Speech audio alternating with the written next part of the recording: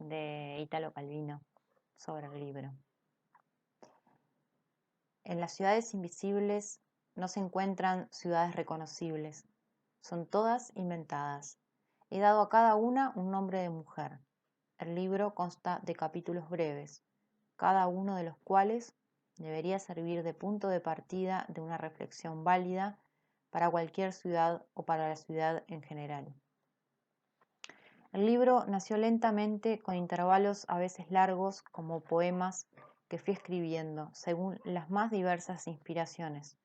Cuando escribo procedo por series. Tengo muchas carpetas donde meto las páginas escritas según las ideas que se me pasan por la cabeza o apuntes de cosas que quisiera escribir. Tengo una carpeta para los objetos, una carpeta para los animales, una para las personas, una carpeta para los personajes históricos y otra para los héroes de la mitología. Tengo una carpeta sobre las 4 estaciones y una sobre los 5 sentidos. En una recojo páginas sobre las ciudades y los paisajes de mi vida y en otra ciudades imaginarias, fuera del espacio y del tiempo. Cuando una carpeta empieza a llenarse de folios, me pongo a pensar en el libro que puedo sacar de ellos. Así, en los últimos años llevé conmigo este libro de las ciudades, escribiendo de vez en cuando, fragmentariamente, pasando por fases diferentes.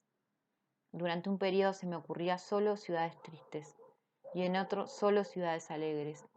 Hubo un tiempo en que comparaba la ciudad con el cielo estrellado. En cambio, en otro momento hablaba siempre de las basuras que se van extendiendo día a día fuera de las ciudades. Se había convertido en una suerte de diario que seguía mis humores y mis reflexiones. Todo terminaba por transformarse en imágenes de ciudades. Los libros que leía, las exposiciones de arte que visitaba, las discusiones con mis amigos. Pero todas esas páginas no constituían todavía un libro. Un libro, creo yo, es algo con un principio y un fin, aunque no sea una novela en sentido estricto. Es un espacio donde el lector ha de entrar, dar vueltas, quizás perderse, pero encontrando en cierto momento una salida, o tal vez varias salidas, la posibilidad de dar con un camino para salir. Alguno de vosotros me dirá que esta definición puede servir para una novela con una trama, pero no para un libro como este, que debe leerse como se leen los libros de poemas o de ensayos, o como mucho de cuentos. Pues bien, quiero decir justamente que también un libro así, para ser un libro, debe tener una construcción. Es decir, es preciso que se pueda descubrir en él una trama, un itinerario, un desenlace. Nunca he escrito libros de poesía, pero sí muchos libros de cuentos y me he encontrado frente al problema de dar un orden a cada uno de los textos, problema que puede llegar a ser angustioso. Esta vez, desde el principio, había encabezado cada página con el título de una serie: Las ciudades y la memoria, las ciudades y el deseo, las ciudades y los signos. Llamé Las ciudades y la forma a una cuarta serie, título que resultó ser demasiado genérico y la serie terminó por distribuirse entre otras categorías.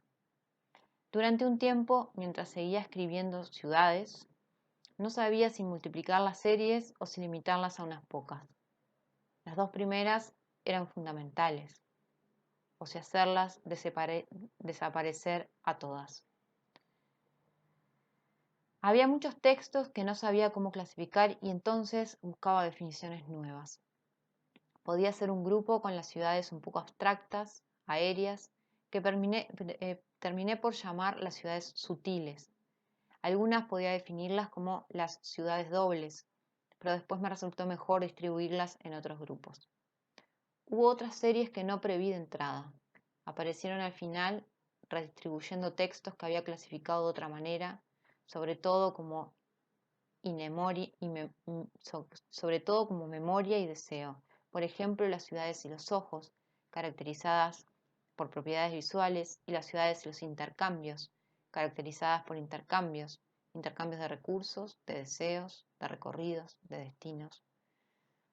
Las continuas y las escondidas, en cambio, son 2 series que escribí adrede, es decir, con una intención precisa cuando ya había empezado a entender la forma y el sentido que debía dar al libro. A partir del material que había acumulado, fue como estudié la estructura más adecuada, porque quería que estas series se alternaran, se entretejieran y al mismo tiempo no quería que el recorrido del libro se apartase demasiado del orden cronológico en que se había escrito.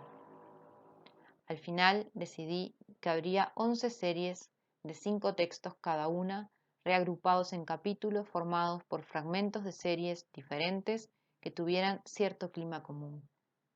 El sistema con arreglo al cual se alternan las series es de lo más simple, aunque hay quien lo ha estudiado mucho para explicarlo.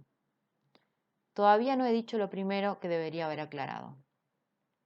Las ciudades invisibles se presentan como una serie de relatos de viaje que Marco Polo hace a Kublai Khan, emperador de los tártaros. En realidad histórica, Kublai desciende de Gengis Khan. Era emperador de los mongoles, pero en su libro Marco Polo lo llama Gran Khan de los tártaros, y así quedó en la tradición literaria. No es que me haya propuesto seguir los itinerarios del afortunado mercader veneciano, que en el siglo XIII había llegado a China, desde donde partió para visitar como embajador del Gran Khan buena parte del lejano oriente. Hoy el Oriente es un tema reservado a los especialistas y yo no lo soy. Pero en todos los tiempos ha habido poetas y escritores que inspiraron en el millón, como en una escenografía fantástica y exótica. Coleridge en un famoso poema, Kafka en El mensaje del emperador, Buzzati en El desierto de los tártaros. Solo Las mil y una noches puede jactarse de una suerte parecida, libros que se convierten en continentes imaginarios en los que encontrarán su espacio otras obras literarias. Continentes del Allende, hoy, cuando podría decirse que el Allende ya no existe y que todo el mundo tiende a uniformarse. A este emperador melancólico, que ha comprendido que su ilimitado poder poco cuenta en un mundo que marcha hacia la ruina, un viajero imaginario le habla de ciudades imposibles, por ejemplo, una ciudad microscópica que va ensanchándose y termina formada por muchas ciudades concéntricas en expansión, una ciudad telaraña suspendida sobre un abismo o una ciudad bidimensional como Moriana. Cada capítulo del libro va precedido y seguido por un texto en cursiva, en el que Marco Polo y Kublai Khan reflexionan y comentan. El primero de ellos fue el primero que escribí, y solo más adelante, habiendo seguido en las ciudades, pensé en escribir otros. Mejor dicho, el primer texto lo trabajé mucho, y me había sobrado mucho material, y en cierto momento seguí con diversas variantes de esos elementos restantes, las lenguas de los embajadores, la gesticulación de Marco, de los que resultaron parlamentos diversos. Pero a medida que escribía ciudades, iba desarrollando reflexiones sobre mi trabajo, como comentarios de Marco Polo y del Khan, y estas reflexiones tomaba cada una por su lado, y yo trataba de que cada una avanzara por cuenta propia. Así es como llegué a tener otro conjunto de textos que procuré que corrieran paralelos al resto, haciendo un poco de montaje en el sentido de que ciertos diálogos se interrumpen y después se reanudan. En una palabra, el libro se discute y se interroga a medida que va haciendo.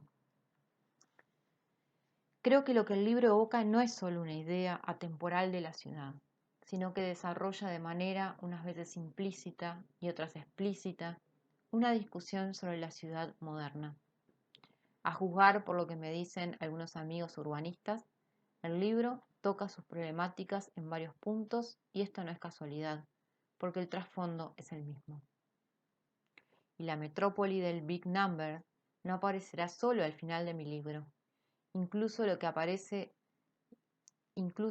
parece evocación de una ciudad arcaica solo tiene sentido en la medida en que está pensado y escrito con la ciudad de hoy delante de los ojos. ¿Qué es hoy la ciudad para nosotros? Creo haber escrito algo como un último poema de amor a las ciudades cuando es cada vez más difícil vivirlas como ciudades. Tal vez estamos acercándonos a un momento de crisis de la vida urbana y las ciudades invisibles son un sueño que nace del corazón de las ciudades invisibles.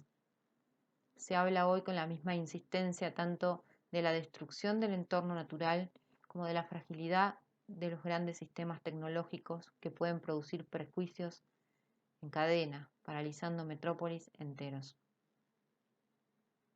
La crisis de la ciudad demasiado grande es la otra cara de la crisis de la naturaleza. La imagen de la megalópolis, la ciudad continua, un uniforme que va cubriendo el mundo, domina también mi libro. Pero libros que profetizan catástrofes y apocalipsis hay muchos. Escribir otro sería pleonástico y sobre todo no se aviene a mi temperamento.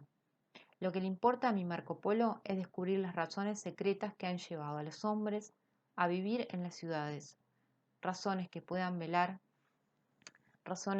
valer más allá de todas las crisis. Las ciudades son un conjunto de muchas cosas. Memorias, deseos, signos de un lenguaje, son lugares de trueque, como explican todos los libros de historia de la economía, pero estos trueques no lo son solo de mercancías, son también trueques de palabras, de deseos y de recuerdos. Mi libro se abre y cierra con la imagen de ciudades felices que cobran forma y se desvanecen continuamente, escondidas en las ciudades infelices. Casi todos los críticos se han detenido en la frase final del libro: buscar y saber reconocer quién y qué en medio del infierno no es infierno, y hacer que dure y dejarle espacio. Como son las últimas líneas, todos han considerado que es la conclusión, la moraleja de la fábula. Pero este libro es poliédrico y en cierto modo está lleno de conclusiones, escritas siguiendo todas sus aristas, incluso no menos epigramáticas y epigráficas que esta última. Es cierto que si esta frase se ubica al final del libro no es por casualidad, pero empecemos por decir que el final del último capítulo tiene una conclusión doble, cuyos elementos son necesarios. Sobre la ciudad utópica, que aunque no la descubramos no podemos dejar de buscarla, y sobre la ciudad infernal. Y aún más, esta es solo la última parte del texto en cursiva sobre los atlas del Gran Khan. Por lo demás, bastante descuidado por los críticos y que desde el principio hasta el final no hace sino proponer varias conclusiones posibles de todo el libro. Pero está también la otra vertiente, la que sostiene que el sentido de un libro simétrico debe buscarse en el medio. Hay críticos psicoanalistas que han encontrado las raíces profundas del libro en las evocaciones venecianas de Marco Polo, como un retorno a los primeros arquetipos de la memoria, mientras estudiosos de semiología estructural dicen que donde hay que buscar es en el punto exactamente central del libro, que han encontrado una imagen de ausencia, la llamada ciudad Baucis. Es aquí evidente que el parecer del autor está de más. El libro, como he explicado, se fue haciendo un poco por sí solo, y únicamente el texto, tal como es autorizado, y únicamente el texto tal como es autorizará o excluirá esta lectura o aquella. Como un lector más, puedo decir que en el capítulo 5, que desarrolla en el corazón del libro un tema de levedad extrañamente asociado al tema de la ciudad, hay algunos de los textos que considero mejores por su evidencia visionaria. Y tal vez esas figuras más filiformes, ciudades sutiles u otras, son la zona más luminosa del libro. Esto es todo lo que puedo decir. Italo Calvino.